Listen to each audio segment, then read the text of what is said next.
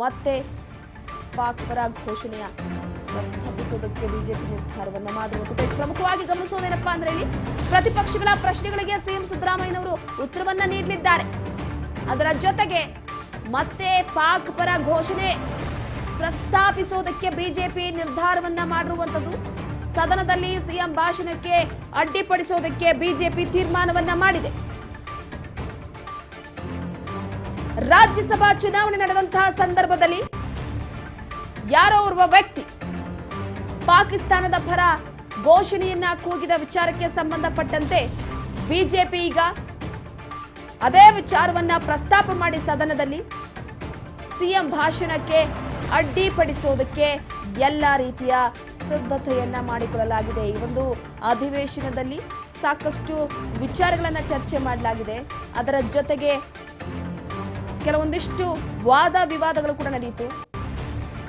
ಇನ್ನ ರಾಜ್ಯಸಭಾ ಚುನಾವಣೆ ವಿಚಾರವಾಗಿ ನೋಡೋದಾದ್ರೆ ರಾಜಕೀಯ ಮೇಲಾಟ ಜೋರಾಗಿತ್ತು. ಏಟು ಎದುರೇಟು, ತಂತ್ರ ಪ್ರತಿತಂತ್ರ ಸಾಕಷ್ಟು ರೀತಿಯಲ್ಲಿ ಟಕ್ಕರ್ ಕೊಡುವ ರೀತಿಯಲ್ಲಿಯೇ ಈ ಬಾರಿಯ ಅಧಿವೇಶನ ಕೂಡ ಇತ್ತು.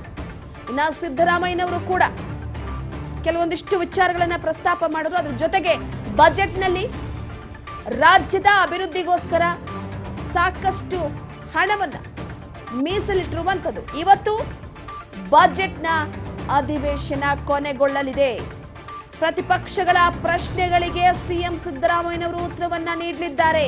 ಆದರೆ ಪಾಕಿಸ್ತಾನದ ಪರ ಘೋಷಣೆಯ ವಿಚಾರಕ್ಕೆ ಸಂಬಂಧಪಟ್ಟಂತೆ ಬಿಜೆಪಿ ಮತ್ತೆ ಸಿದ್ದರಾಮಯ್ಯನವರ ಮುಂದೆ ಈ ಪ್ರಶ್ನೆಯನ್ನ ಇರೋದಕ್ಕೆ ಮುಂದಾಗಿರುವಂಥದ್ದು.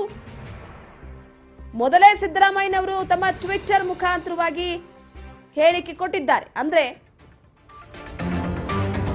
ಕಠಿಣ ನಿರ್ಧಾರವನ್ನು ತೆಗೆದುಕೊಳ್ತೀವಿ ಅಂತ. ಇನ್ನ ಬಿಜೆಪಿ ನಾಯಕರಿಂದ ರಾಜ್ಯಪಾಲರನ್ನ ಭೇಟಿಯಾಗುವ ಸಾಧ್ಯತೆ ಇರುವಂತದ್ದು. ವಿಧಾನಸೌಧದಲ್ಲಿ ಪಾಕ್ ಪರ ಏನು ಘೋಷಣೆ ಕೂಗಿದ್ರು ಆ ವಿಚಾರಕ್ಕೆ ಸಂಬಂಧಪಟ್ಟಂತೆ ರಾಜ್ಯಪಾಲರಿಗೆ ಘಟನೆ ಸಂಬಂಧ ದೂರು ಸಲ್ಲಿಸೋದಕ್ಕೆ ನಿರ್ಧಾರವನ್ನ ಮಾಡಲಾಗಿದೆ.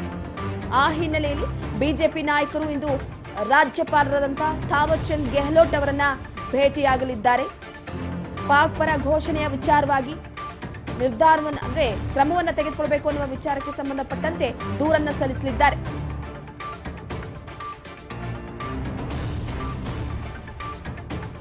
ಬಿಜೆಪಿ ನಾಯಕರು ಈ ವಿಚಾರವನ್ನ ಬಿಡುವ ಹಾಗೆ ಕಾಣ್ತಾ ಇಲ್ಲ. ಯಾವುದೇ ಕಾರಣಕ್ಕೂ ಕೂಡ ಹಿಂದೆ ಸರಿಯುವ ಮಾತೇ ಇಲ್ಲ ಅಂತ ಹೇಳಿದ್ರು. ಹಾಗೆ ಇದ್ರ ಬಗ್ಗೆ ವರದಿಯನ್ನು ತರಿಸಿಕೊಂಡು ತದನಂತರ ಘೋಷಣೆಯನ್ನ ಕೂಗಿದ್ದಾರಾ ಇಲ್ವಾ ಅನ್ನುವ ವಿಚಾರಕ್ಕೆ ಸಂಬಂಧಪಟ್ಟಂತೆ ಕ್ರಮ ಕೈಗೊಳ್ಳಲಾಗುತ್ತೆ ಅಂತ ಹೇಳಲಾಗಿದ್ರು ಕೂಡ ಬಿಜೆಪಿ ಯಾಕೋ ಈ ವಿಚಾರವನ್ನ ಬಿಡುವ ಹಾಗೆ ಕಾಣ್ತಾ ಇಲ್ಲ.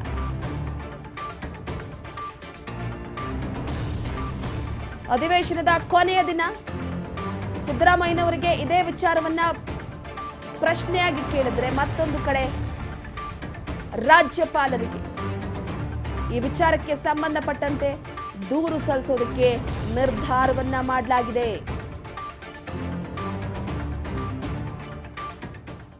ರಾಜ್ಯದಲ್ಲಿ ಇದೇ ಒಂದು ವಿಚಾರ ಕೆಲವೊಂದಿಷ್ಟು ಕಡೆ ಏನಪ್ಪಾ ಅಂದ್ರೆ ಈಗ ರಾಷ್ಟ್ರದ್ರೋಹಿ ಹೇಳಿಕೆಗಳನ್ನ ರಾಷ್ಟ್ರದ್ರೋಹಿ ಕೆಲಸಗಳನ್ನ ಮಾಡುವಂಥದ್ದು ಸರಿಯಲ್ಲ.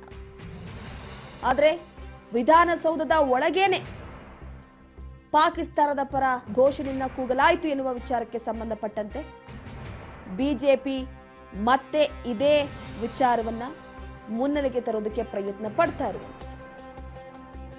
ರಾಜ್ಯಪಾಲರಿಗೆ ದೂರನ್ನ ಸಲ್ಲಿಸೋದಕ್ಕೂ ಕೂಡ ಮುಂದಾಗಲಾಗಿದೆ. ಅದರ ಜೊತೆಗೆ ಅಧಿವೇಶನದಲ್ಲೂ ಕೂಡ ಇವತ್ತು ಕೊನೆಯದಾಗಿ ಇದೇ ವಿಚಾರಕ್ಕೆ ಸಂಬಂಧಪಟ್ಟಂತೆ ಪ್ರಶ್ನೆ ಮಾಡುವ ಎಲ್ಲ ಲಕ್ಷಣಗಳು ಕೂಡ ಕಾಣ್ತಾ ಇರುವಂಥದ್ದು. ಇವತ್ತು ಪ್ರತಿಪಕ್ಷಗಳ ಪ್ರಶ್ನೆಗಳಿಗೆ ಸಿದ್ದರಾಮಯ್ಯನವರು ಉತ್ತರವನ್ನು ನೀಡ್ತಾರೆ. ಆ ಹಿನ್ನೆಲೆಯಲ್ಲಿ ಕೆಲವೊಂದಿಷ್ಟು ಪ್ರಶ್ನೆಗಳ ಜೊತೆಗೆ ಪಾಕ್ ಪರ ಘೋಷಣೆಯ ವಿಚಾರವನ್ನು ಕೂಡ ಪ್ರಸ್ತಾಪ ಮಾಡಲಿದ್ದಾರೆ. ಕಾದೊಡಬೇಕಾಗಿದೆ. ಯಾಕಂದ್ರೆ ಸಿದ್ದರಾಮಯ್ಯನವರು ಇದಕ್ಕೆ ಏನು ಉತ್ತರವನ್ನ ಕೊಡ್ತಾರೆ, ಅದರ ಜೊತೆಗೆ ಯಾವೆಲ್ಲ ರೀತಿಯಲ್ಲಿ ವರದಿಯನ್ನು ತರಿಸ್ಕೊಳ್ತೀನಿ, ತನಿಖೆಗೆ ಇದ್ರ ಬಗ್ಗೆ ಗಮನ ಹರಿಸ್ತೀವಿ ಅಂತ ಹೇಳಿದ್ರು ಡಾಕ್ಟರ್ ಜಿ ಪರಮೇಶ್ವರ್ ಅವರು, ಗೃಹ ಸಚಿವರು. ಹಾಗೆ ಸಿದ್ದರಾಮಯ್ಯನವರು ಯಾವುದೇ ಕಾರಣಕ್ಕೂ ಕೂಡ ಸುಮ್ಮನೆ ಬಿಡೋದಿಲ್ಲ. ರಾಷ್ಟ್ರದ್ರೋಹಿ ಹೇಳಿಕೆ ಕೊಟ್ಟಿದ್ರೆ ಅವರ ವಿರುದ್ಧ ಕಠಿಣ ಕ್ರಮ ಜರುಗಿಸುತ್ತೆ. ಅದು ಕಾರ್ಯಕರ್ತನೇ ಆಗಿರಲಿ ಅಥವಾ ಯಾರೇ ಅಧಿಕಾರಿ ಆಗಿದ್ರು ಕೂಡ ರಾಷ್ಟ್ರದ್ರೋಹಿ ಹೇಳಿಕೆಯನ್ನ ಕೊಟ್ರೆ ಅದರ ವಿರುದ್ಧ ಕಠಿಣ ಕ್ರಮ ಇದ್ದೇ ಇರುತ್ತೆ ಎನ್ನುವ ಮಾತನ್ನ ಹೇಳಿದ್ರು. ಅದೇ ರೀತಿಯಾಗಿ ವಿಧಾನಸೌಧದ ಒಳಗಡೆ ನಿಜವಾಗ್ಲೂ ಕೂಡ ಪಾಕ್ ಪರ ಘೋಷಣೆ ಕೂಗ್ಲಾಯ್ತಾ ಇಲ್ವಾ ಅನ್ನುವಂಥ ವಿಚಾರವನ್ನ ವರದಿ ಮುಖಾಂತರವಾಗಿ ತರಿಸಿಕೊಂಡು ಅದಾದ ನಂತರ ಕಠಿಣ ಕ್ರಮವನ್ನು ತೆಗೆದುಕೊಳ್ತೀವಿ ಅಂತ ಭರವಸೆಯನ್ನ ನೀಡಿದ್ರು.